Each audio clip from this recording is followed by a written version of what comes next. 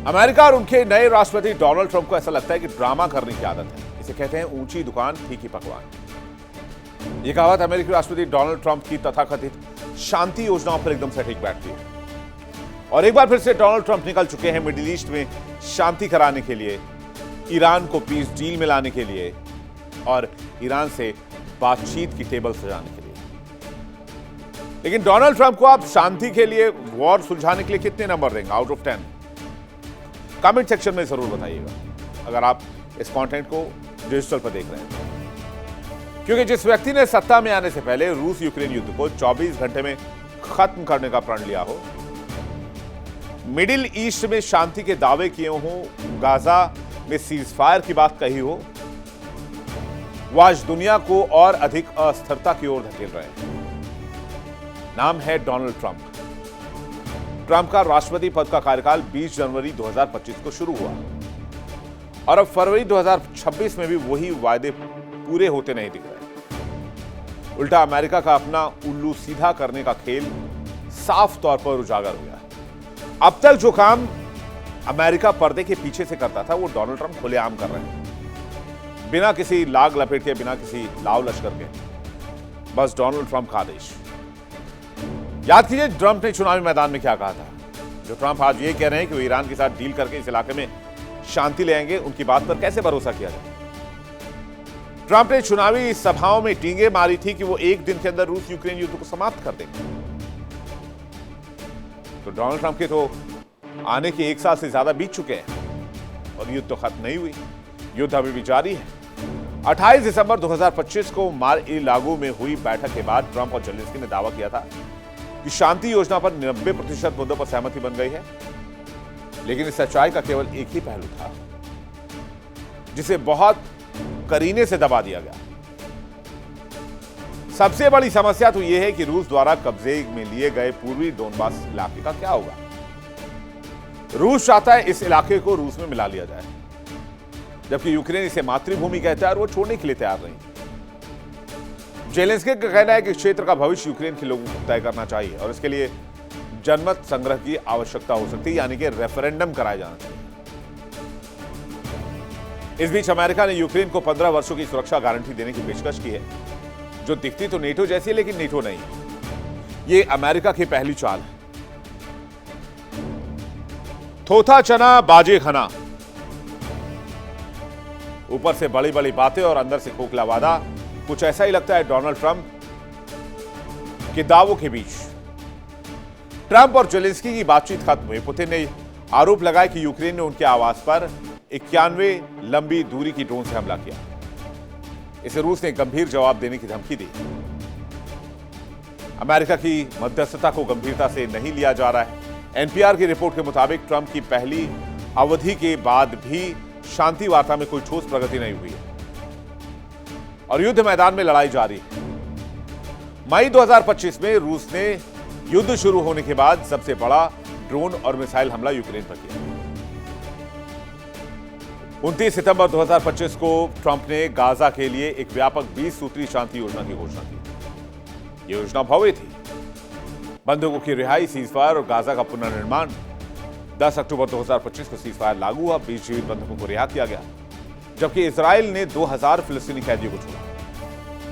लेकिन कहते हैं दूध का चला छाछ भी फूक फूक कर पीता है और यही इस सीजफायर को लेकर देखा गया।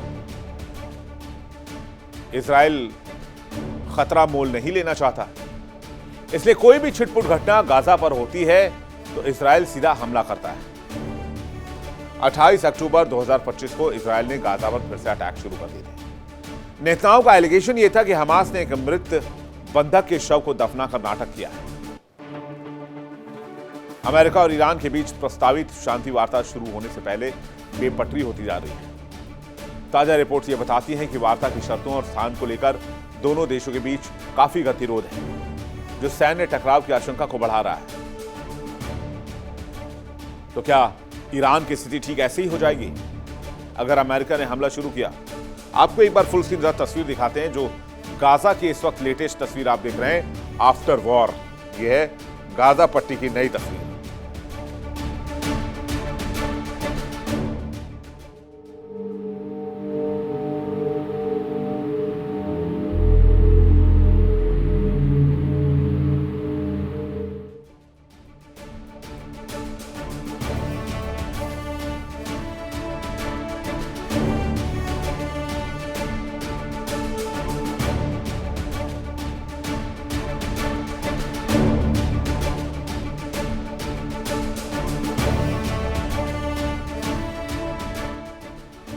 डोनाल्ड ट्रंप के 1 साल के रिजीम में जितनी शांति वार्ताएं हुई सब के सब फेल हुए और ईरान के साथ डोनाल्ड ट्रंप एक बार और शांति वार्ता करना चाहते हैं, परमाणु कार्यक्रम को लेकर बात करना चाहते हैं। इसकी क्या गारंटी है ये भी फेल नहीं होगा और अमेरिका इस वार्ता के बावजूद अटैक नहीं करेगा।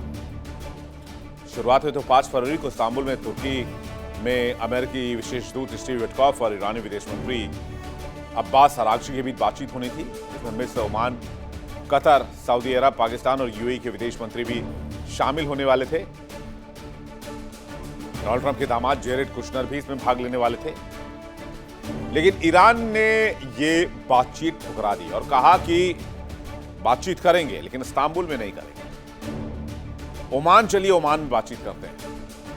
तो क्या तुर्की पर भरोसा नहीं है ईरान को? इसकी वजह पता करके मैं आपको बताऊंगा, लेकिन ईरान की मांग यह है कि इस्तांबुल की जगह ओमान में बातचीत हो और ओमान में बातचीत हो सकती है, जिसमें बाकी मध्य पूर्वी देश पर्यवेक्षक के रूप में शामिल नहीं होंगे। लेकिन ऐन वक्त पर ईरान ने नई शर्त रख दी, स्थान में बदलाव। ईरान चाहता है कि बातचीत ओमान में हो। ईरान बातचीत में केवल 2 पक्ष चाहता है, अमेरिका और ईरान। ईरान केवल परमाणु मुद्दों पर बात करना चाहता है, जबकि अमेरिका मिसाइल कार्यक्रम और क्षेत्रीय सुरक्षा जैसे विषयों पर भी शामिल करने पर अड़ा हुआ है। ईरान इससे साफ साफ इनकार कर रहा है। ईरान कहता है सिर्फ एक मुद्दे पर बात होगी, वो है परमाणु कार्यक्रम, इसके अलावा कुछ भी नहीं। आखिरकार ईरान तुर्की में बातचीत क्यों नहीं चाहता? तुर्की नेटो का सदस्य देश है, हो सकता है इसी की वजह से ईरान ने असहमति जता दी हो।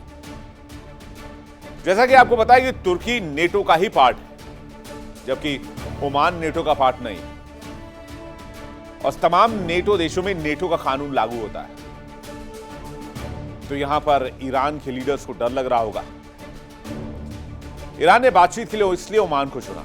ओमान हमेशा दोनों देशों के बीच में मध्यस्थ की भूमिका निभाता आया है, लेकिन ईरान केवल परमाणु मुद्दे पर ही बात करना चाहता है, बाकी विषयों को वो गैर बातचीत योग्य मान रहा है। अमेरिका का असली खेल है उल्लू सीधा करना। शांति नहीं चाहता अमेरिका जिस भी देश में जाता है वहां के ऑयल को, वहां की इकोनॉमी को कंट्रोल करना चाहता है। और इस वक्त अमेरिका देख रहा है कि अमेरिका का हित 3 मोर्चों पर है, पहला यूक्रेन, फिर गाजा और उसके बाद ईरान। ट्रंप की तथाकथित शांति योजनाओं में एक समानता है, उसमें अमेरिकी हित सर्वोपरि रखा जाता है। यूक्रेन में क्या हुआ था? अमेरिका चाहता है कि रूस को थोड़ा बहुत इलाका मिल जाए, लेकिन यूक्रेन उस पर सवाल उठा रहा है। 15 साल की सुरक्षा गारंटी अमेरिका की तरफ से देने की बात की जा रही है, लेकिन इसका मतलब है अमेरिकी हथियारों की बिक्री जारी रहेगी। बाकी जो हिस्से हैं उसको कहते हैं कि थोड़ा रूस रख ले, थोड़ा तुम रख लो। गाजा को लेकर मिडिल ईस्ट का रिवेरा बनाने की कोशिश है, मतलब यहां भी वो अपना रियल एस्टेट कारोबार देख रहे हैं। 2 मिलियन फिलिस्तीनियों को पड़ोसी देशों में स्थानांतरित करने की योजना बनाई गई।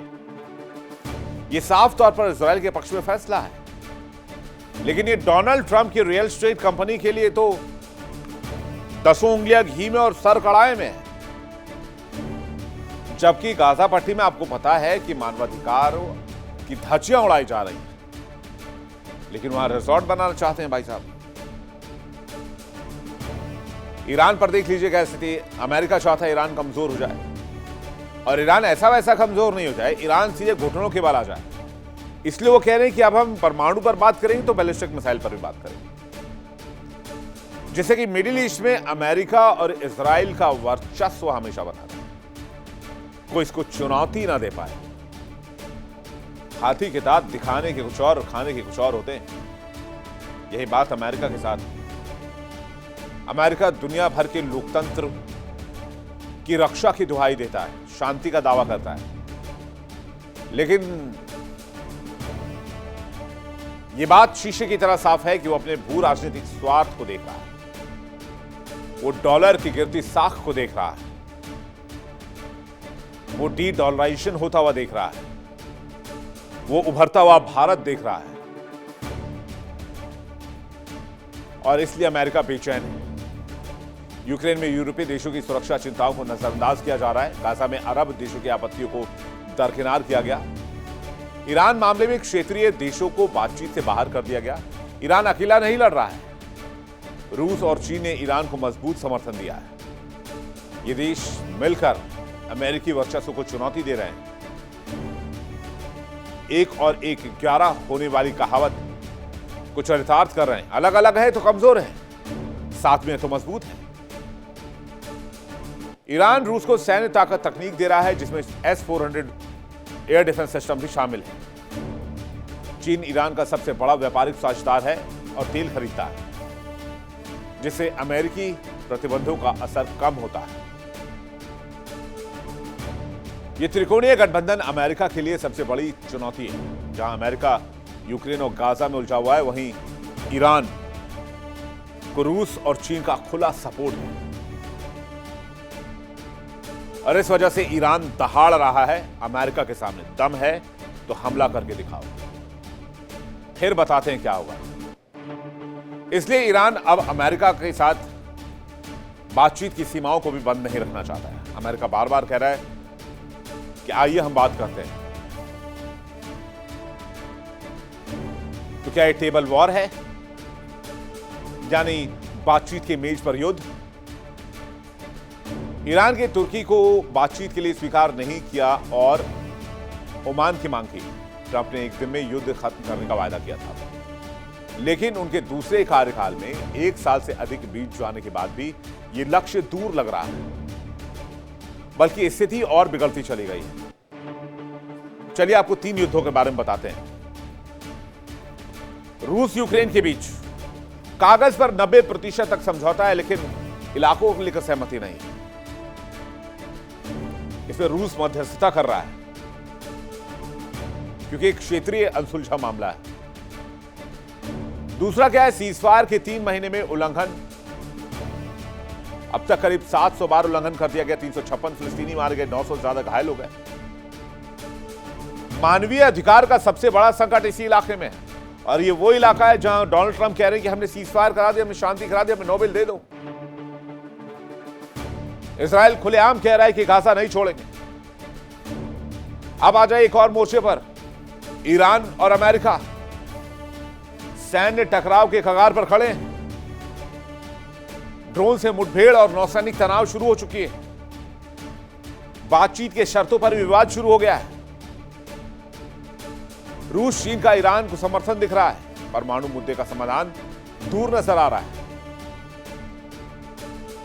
तो क्या ये ट्रंप का शक्ति ड्रामा है या फिर असल युद्ध की तैयारी?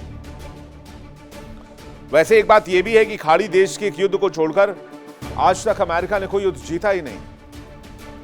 ना ताइवान जीत पाए, ना अफगानिस्तान जीत पाए, ना इराक सीरिया जीत पाए। यूएसएस अब्राहम लिंकन सहित विशाल सैन्य बेड़े की तैनाती, धमकी और एक तरफा शर्तें, ये शांति वार्ता के तरीके नहीं है। कहते हैं जो गरजते हैं वो बरसते नहीं। ट्रंप की बड़ी बड़ी बातें तो हैं, लेकिन नतीजा सिफर है, उल्टा है और ऐसे में दुनिया और खतरनाक होती जा रही है। अमेरिका अपना उल्लू सीधा करने में लगा हुआ है, दूसरे देशों के मामलों में टांग अड़ा रहा है और शांति के नाम पर ड्रामा कर रहा है। ट्रंप की सभी योजनाओं में एक समानता है। वैसे ये समझौते नहीं बल्कि दूसरे पक्ष का समर्थन चाहते हैं कि हम तुमको वार तो करने देंगे, लेकिन तुम अमेरिका की सरपरस्ती में रहोगे। यूक्रेन को क्षेत्र छोड़ने के लिए कहा जा रहा है, फिलिस्तीनियों को गाजा से बाहर जाने के लिए कहा जा रहा है। ईरान ने अपना परमाणु कार्यक्रम, मिसाइल और क्षेत्रीय प्रभाव सब कुछ छोड़ने को कहा जा रहा है। यह नीम हकीम खतरे जान वाली स्थिति है। बिना समझे बूझे इलाज कराना जानलेवा होता है। ट्रंप की अध कचरी शांति योजनाएं दुनिया भर के लिए एक बड़े थ्रेट के तौर पर बन चुकी है। अब ऊपर वाला ही मालिक है कि इस थ्रेट का मुकाबला कैसे किया जाए। लेकिन डोनाल्ड ट्रंप को आप देखिए, जब वो इलेक्ट हुए थे तो कितने कॉन्फिडेंट नजर आते थे। और इसके साथ साथ अगर कोई हाल की तस्वीर और पीसीआर जरूर लगाइएगा। अब हाल में कैसे दिखने लग गए डोनाल्ड ट्रंप, आखिर डोनाल्ड ट्रंप को क्या हो गया है?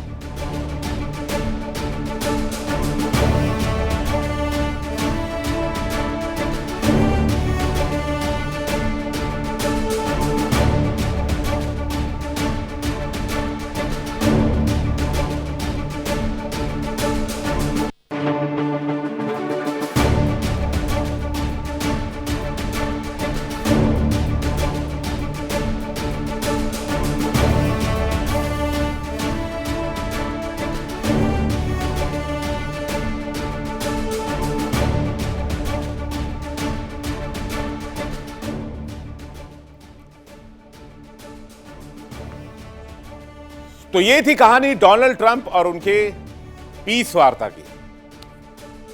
मकसद क्या वाकई पीस कराना है या फिर पीस कराना है? डोनाल्ड ट्रंप का 1 साल का कार्यकाल आपके सामने उठाकर आप देख लीजिए, जवाब आपको मिल जाएगा।